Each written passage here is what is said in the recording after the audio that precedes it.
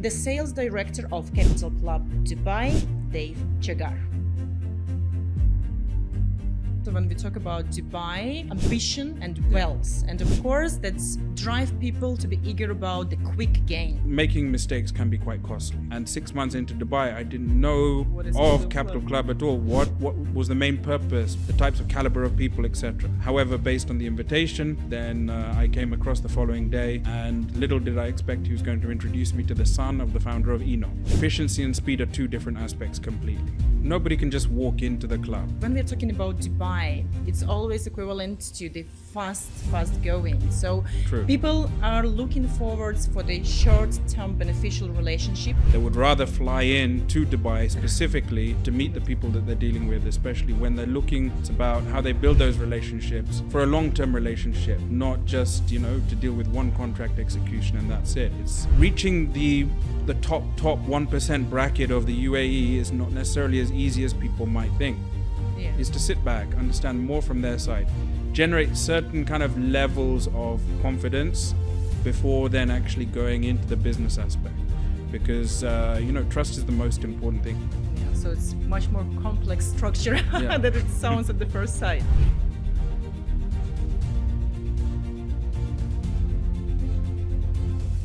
What is the number one unwritten rule of success in business? It's networking, and very soon you will get the answer why. My name is Alona, and welcome to the podcast of EurAsia Gulf.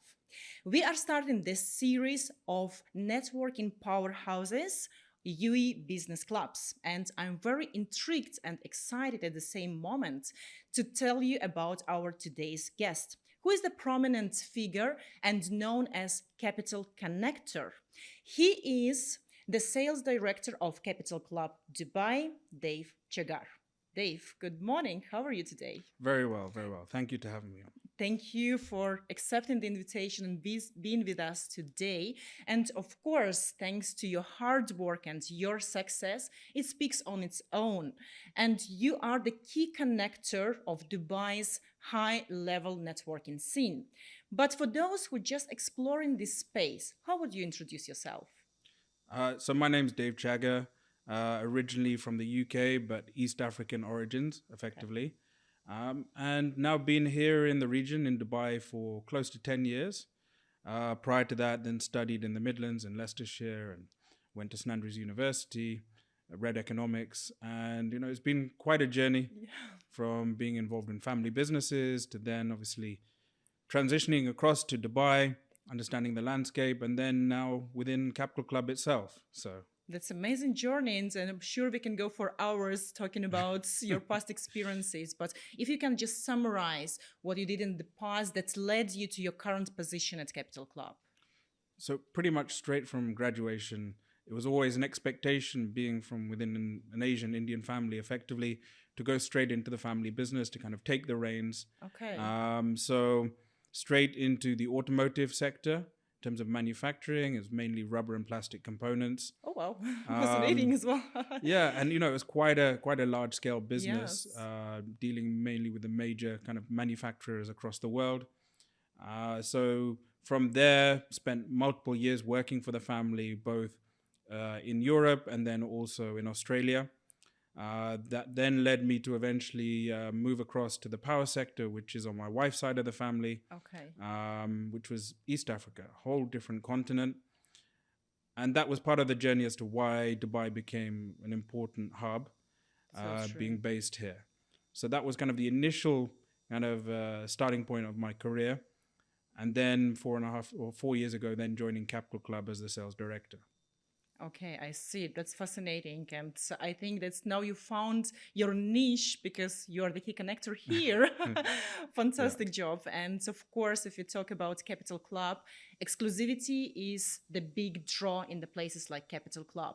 So how to make sure that being exclusive, adding the extra value for the members, but not restricting the access? So nobody can just walk into the club. It's very important that, we maintain the integrity and discretion for our members first and foremost. So you can only either access the club as a member or as a guest of a member.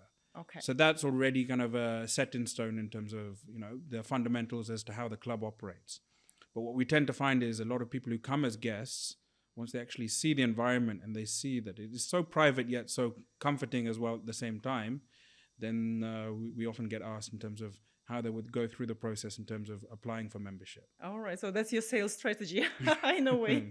That's amazing. And that's where I would like as well to thank you and highlight the opportunity for the EurAsia Gulf also to collaborate and to make one of our successful monthly events at the Capital Club, which is joined and where we invite the ambassadors and consul generals and trades representatives and give them that opportunity and give them the opportunity to explore the Capital Club space. So it's fantastic opportunity, I think. What's your thought on that? Yeah, it's so great to have people from all different kind of backgrounds and nationalities come together and kind of call the club their own in many respects. And, you know, the world is becoming far more connected these days. A lot of people have business interests in all different parts of the world, not just their home country. So for them to have points of contact in those relevant countries makes you know, the facilitation or ease of doing business that much easier. Yes, that's so true. And great that you mentioned the variety of nationalities which we are lucky to have today. And also what I see within the networking space, the variety of industries who participate. If, for example, we take Eurasia Gulf, there are the diverse community, but also I can see few fields which might be dominating sometimes, like for instance real estate, legal services, help with visa assistance. So in your experience within the Capital Club, that you see that who are most active in the high-end networking?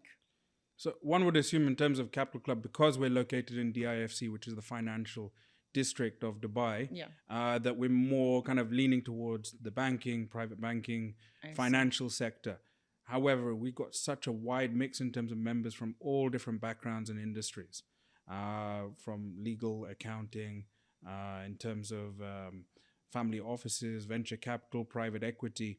So it kind of forms that hub for so many different kind of industries and sectors where they can all kind of intermingle with one another.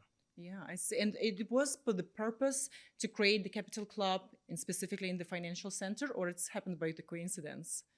So Capital Club has been operational for over 15 years. So around the same sort of time as DIFC was kind of earmarked for establishment here. And we've always been within the same location. And it's kind of known within DIFC as to what Capital Club stands for, how it's a little bit different to some of the other clubs within the region, like what is the main USP. Yeah, but not limited, just for that area. That's so true. And of course, if we talk about the emerging trends, that's one of the topic on the hype nowadays. And it's also implemented in all the industries and spheres. So talking about going digital, and that's some of the consequences still from the COVID times, that everybody goes online. And how did that affect the networking space? Do people start to network more online rather than face-to-face? And do you find it's valuable, the same as offline networking? So I think COVID was a very challenging time for most people. You know, they had to adapt from conventionally having face-to-face meetings to suddenly U-turning and finding a way to keep their businesses operational. Both in terms of with their existing staff, with suppliers, you know, how to keep those channels of communication open. And there was really only one option during that difficult period.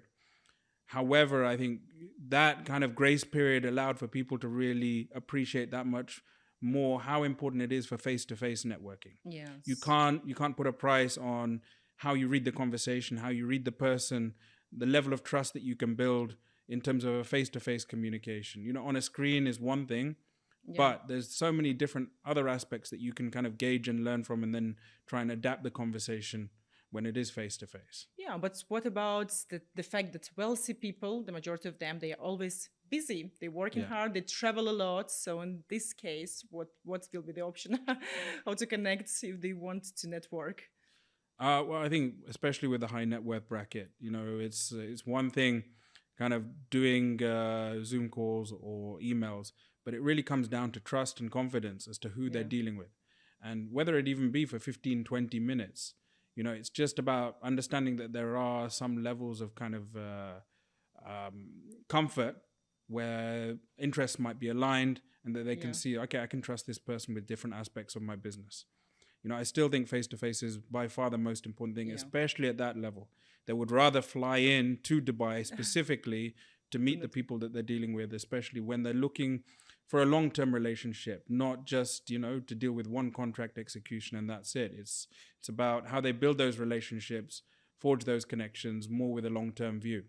Okay, that's great that you mentioned that. I would agree totally on that point, that I'm also towards the face-to-face communication. But when we're talking about Dubai, it's always equivalent to the fast going. So True. people are looking forward for the short-term beneficial relationship rather than wasting time and establish the long-term connections. So what is better option in this case?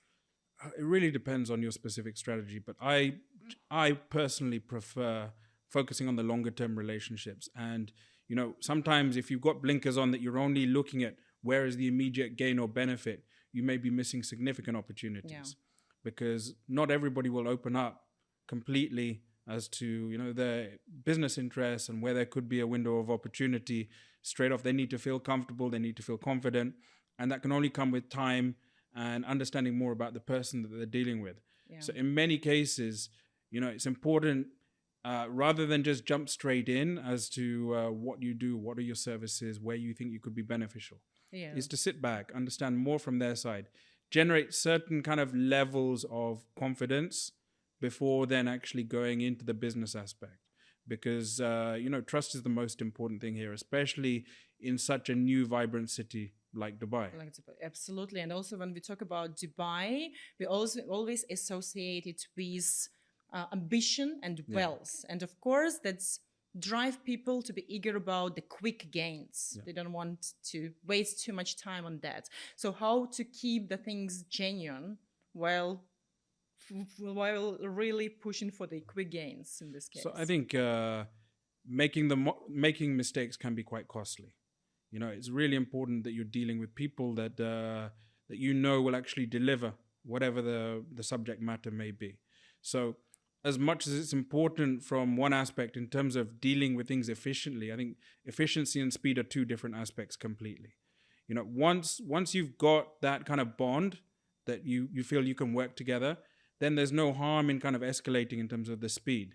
But it's really about, finding that common ground first, which is the most important thing. And I find that, in so many of the external events that I find happen, not just in Dubai, but across the world, it's about distributing business cards and it's more of a numbers game. However, does that necessarily translate into results? At the end of the day, will they necessarily remember you by name, by face, purely by having your card? Will they store your details? However, if you've built some kind of synergy, that changes the dynamics completely. And that can also potentially allow for them to open up their circle of connections also. So there's a funny story as to how I got to know of Capital Club in the first place. Yes, please.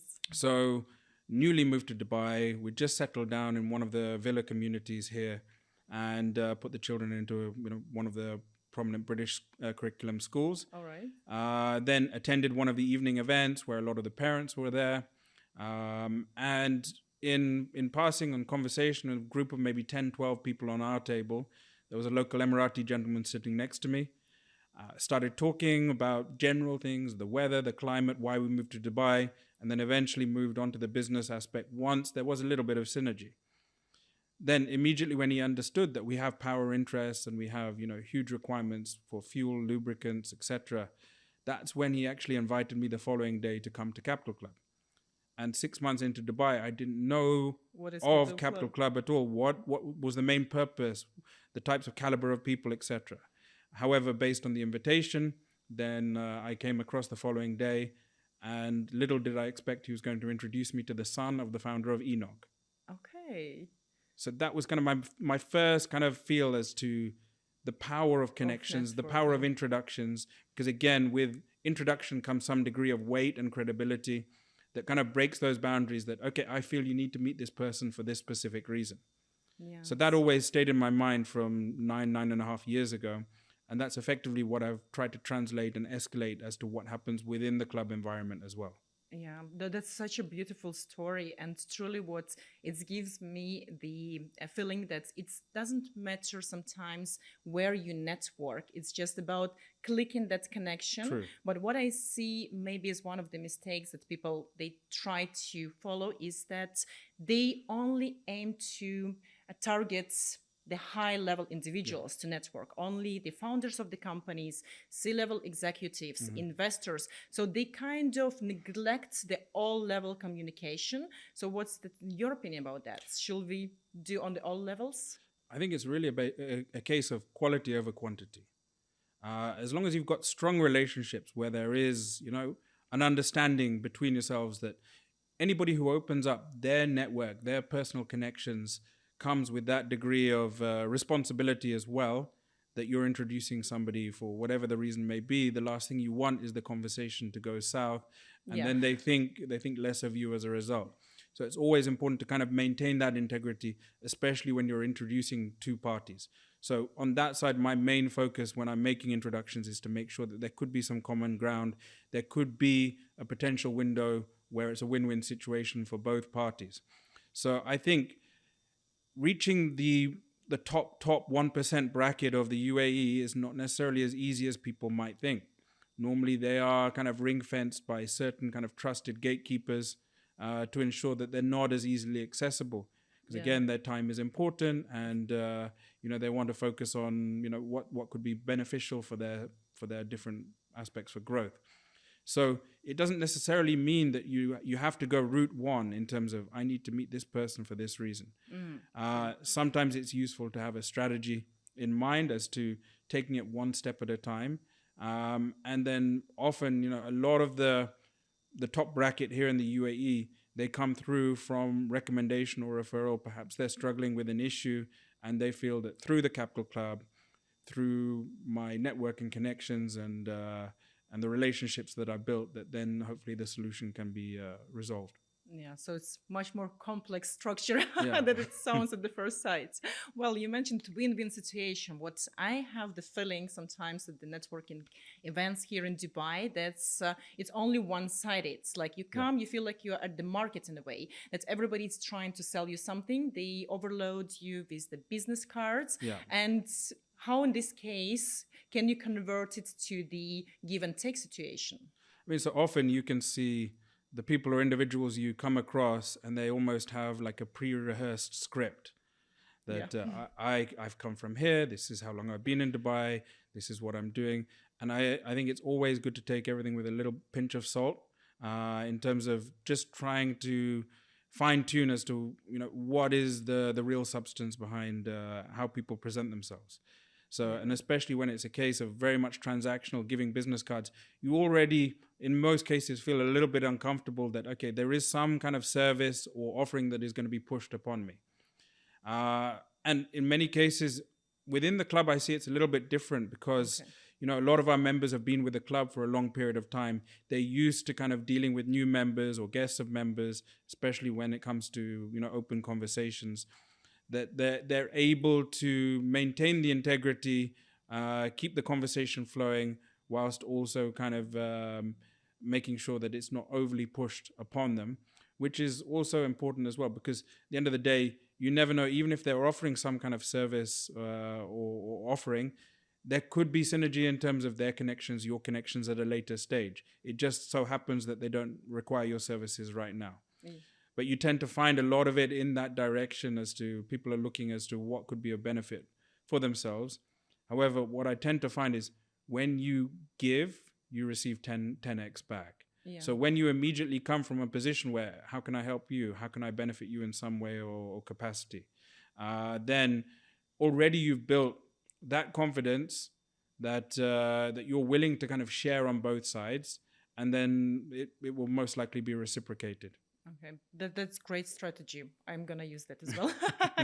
Beautiful. And what I feel as well that in the last few years we see the increasing number of residents who moved to Dubai, and of course they kind of feeling lost where to go, where to network, because I see that there are too many events majority of which are free and give you the free opportunity to network. Also, there is an increasing number of platforms that allow you to network. Do you feel that kind in a way that networking scene in Dubai starts to be overcrowded?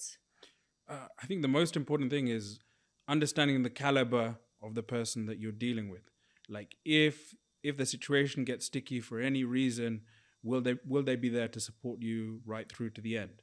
And that's something where when you go to a lot of these types of free events, it's very, very hard to read as to the credentials of the person that you're dealing with. So yes, there's a lot of different events. There are a lot of different communities there. I think the key within Capital Club is we try and concentrate the caliber of people within the club.